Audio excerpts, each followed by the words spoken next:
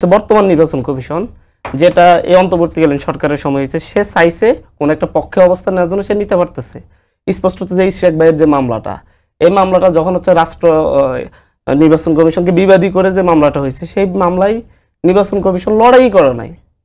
ইশরাক ভাই একটা রায় নিয়ে আসলো, এরপর সেই রায়ের পরে আপিল না করে আইন মন্ত্রণালয়ের কোনো ইয়া না নিয়ে, মতামত না নিয়ে সরাসরি ইয়া করে দিল, আপনার হচ্ছে বিজ্ঞপ্তি জারি করে দিলে অবশ্যই পক্ষপাত দুষ্ট মনে করছে। কারণ তারা এখন থেকে চিন্তা করতেছে পরবর্তীতে বিএনপি ক্ষমতায় আসতেছে, সুতরাং বিএনপির পক্ষে, বিএনপির একজন প্রার্থীর বিপক্ষে আমি অবস্থান নিয়ে এখন আমি আপিল করব না, আমি তার বিরুদ্ধে কোর্টে লড়বো না।